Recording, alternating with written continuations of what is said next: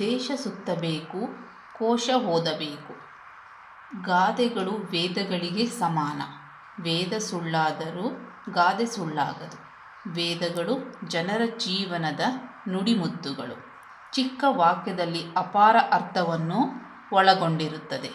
ದೇಶ ಸುತ್ತಬೇಕು, ಕೋಶ ಓದಬೇಕು ಎಂಬುದು ಒಂದು ಜನಪ್ರಿಯ ಗಾದೆಯಾಗಿದೆ.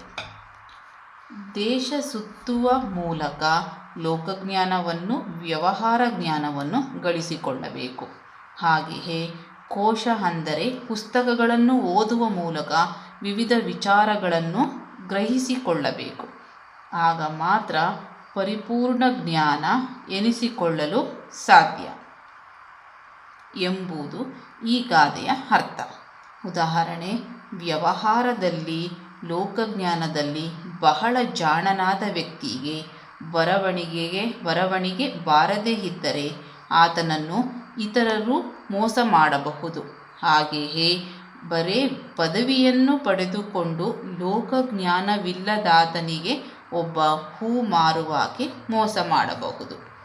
ಆದ್ದರಿಂದ ಜಗತ್ತಿನಲ್ಲಿ ಓಡಾಡಿ, ವ್ಯವಹಾರಗಳಲ್ಲಿ ತೊಡಗಿ ಲೋಕಜ್ಞಾನವನ್ನು ಗಳಿಸಿಕೊಳ್ಳಬೇಕು.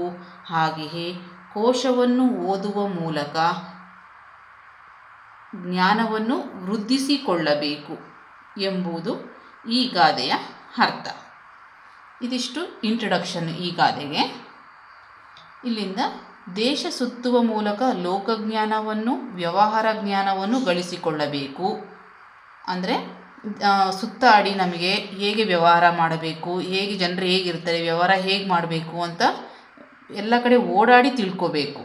ಹಾಗೆಯೇ ಕೋಶ ಅಂದರೆ ಪುಸ್ತಕಗಳನ್ನು ಓದುವ ಮೂಲಕ ವಿವಿಧ ವಿಚಾರಗಳನ್ನು ಗ್ರಹಿಸಿಕೊಳ್ಳಬೇಕು. ಹಾಗೆ ಬುಕ್ಗಳನ್ನು ಓದ್ತಾ ಹೋದರೆ ನಮಗೆ ಎಷ್ಟೊಂದು ವಿಷಯಗಳ ಬಗ್ಗೆ ನಾಲೆಡ್ಜ್ ಬರುತ್ತೆ ನಮಗೆ. ಆಗ ಮಾತ್ರ ಪರಿಪೂರ್ಣ ಜ್ಞಾನ ಎನಿಸಿಕೊಳ್ಳಲು ಸಾಧ್ಯ. ಅಂದರೆ ಎರಡೂ ಒಟ್ಟೊಟ್ಟಿಗೆ ಇದ್ದರೆ ಮಾತ್ರ ಪರಿಪೂರ್ಣ ಜ್ಞಾನ ಆಗುತ್ತೆ.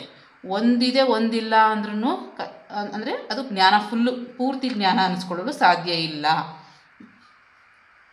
ಒಂದು ಎಕ್ಸಾಂಪಲ್ ಕೊಟ್ಟಿದ್ದೀನಿ ನೋಡಿ.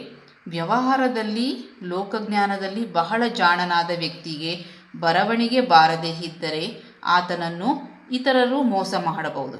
ಅಂದರೆ ಅವನಿಗೆ ಚೆನ್ನಾಗಿ ವ್ಯವಹಾರ ಮಾಡೋಕ್ಕೆ ಬರುತ್ತೆ, ಲೋಕಜ್ಞಾನ ಇರುತ್ತೆ, ಆದರೆ ಅವನು ವಿದ್ಯಾವಂತ ಆಗಿಲ್ಲದೆ ಅಂದರೆ ಓದು ಬರಹ ಬರದೇ ಇದ್ದರೆ ಅವನು ಮೋಸ ಹೋಗ್ತಾನೆ. ಹೇಗೆ ಅಂದರೆ ಈಗ ಒಂದು ಎಕ್ಸಾಂಪಲ್ ಬ್ಯಾಂಕ್ಗಳಲ್ಲಿ ನೋಡಿ, ಅವ್ನು ಚೆನ್ನಾಗಿ ವ್ಯವಹಾರ ಮಾಡೋಕ್ಕೆ ಬರುತ್ತೆ, ಲೋಕಜ್ಞಾನ ಇದ್ರೂ ಬ್ಯಾಂಕ್ಗಳಲ್ಲಿ ಸ್ವಲ್ಪ ಓದು ಬರಹ ಗೊತ್ತಿದ್ದಾಗ ಅವನಿಗೆ ಈಸಿ ಆಗುತ್ತೆ.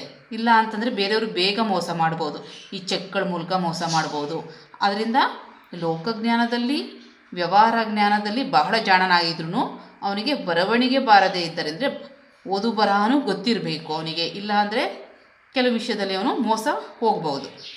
ಹಾಗೆಯೇ ಬರೇ ಪದವಿಯನ್ನು ಪಡೆದುಕೊಂಡು ಲೋಕಜ್ಞಾನವಿಲ್ಲದಾತನಿಗೆ ಒಬ್ಬ ಹೂ ಮಾರುವಾಕೆ ಮೋಸ ಮಾಡಬಹುದು. ಅಂದರೆ ಅವನು ಡಿಗ್ರಿ ಹೋಲ್ಡರು, ಬರೀ ಪದವಿ ಅಂದರೆ ಡಿಗ್ರಿ ಪಡ್ಕೊಂಡಿರ್ತಾನೆ, ಆದರೆ ಲೋಕಜ್ಞಾನ ಇಲ್ಲ ಅಂತಂದರೆ ಒಬ್ಬ ಹೂ ಮಾರುವಾಕೆ ಕೂಡ ಅವನಿಗೆ ಮೋಸ ಮಾಡ್ಬೋದು. ಹೇಗೆ ಅಂದರೆ ಒಂದು ಮೊಳ ಹೂ ಅಂತಂದರೆ 10 ರೂಪಾಯಿಂದ 100 ರೂಪಾಯಿ ಒಳಗಡೆ ಇರುತ್ತೆ.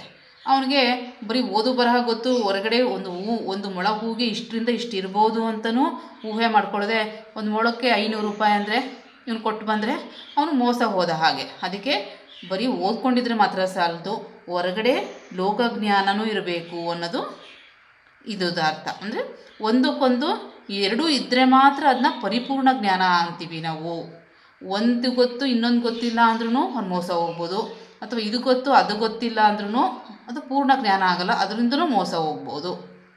ಆದ್ದರಿಂದ ಜಗತ್ತಿನಲ್ಲಿ ಓಡಾಡಿ, ವ್ಯವಹಾರಗಳಲ್ಲಿ ತೊಡಗಿ ಲೋಕಜ್ಞಾನವನ್ನು ಗಳಿಸಿಕೊಳ್ಳಬೇಕು.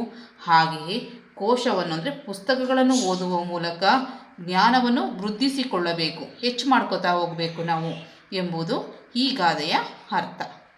ಈ ಗಾದೆ ನಿಮಗೆ ಇಷ್ಟ ಆದಲ್ಲಿ, ನಾನು ಎಕ್ಸ್ಪ್ಲೈನ್ ಮಾಡೋ ರೀತಿ ನಿಮಗೆ ಇಷ್ಟ ಆದಲ್ಲಿ ಅಥವಾ ಯೂಸ್ಫುಲ್ ಆದಲ್ಲಿ ಪ್ಲೀಸ್ ನನಗೆ ಲೈಕ್ ಮಾಡಿ, ಸಬ್ಸ್ಕ್ರೈಬ್ ಮಾಡಿ, ಶೇರ್ ಮಾಡಿ.